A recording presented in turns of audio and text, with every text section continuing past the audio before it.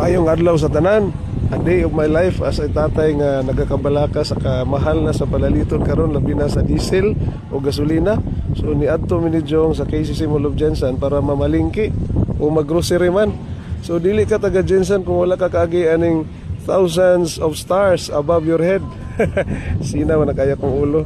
Kung sa kabidyo-bidyo na ako mga igsoon tanawa, natalang ang inyong kuyabong dili na mao yang giagian. So, nagabinan gyud mi ni Jong sa amo ang pagpang-grocery. O atong makita din nga kapadulong na si Jong dala ang iyahang kariton sa bugas, itlog, asin. Kay among plano ni Jong palit mi og bugas, dili namo siya gastuhon. Iyan ang gilod. Amo ron ni siyang ipasandig sa among wall. O magpalit ra ni kilo-kilo on a daily basis. Kay may na lang mabot ang panahon basig magkalisod ang Pilipinas sa bugas.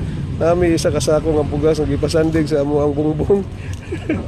So extreme amo pangunahuna karon guys kay murag lisod-lisod gyud for the next months, April, May murag lisod jud ta.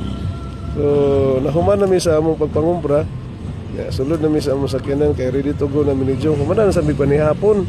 Kaya nihapit mi gamay dito ni kaon-kaon sa mi sa kilid-kilid ra gud sa Jollibee. O kahulat ko ni Jong.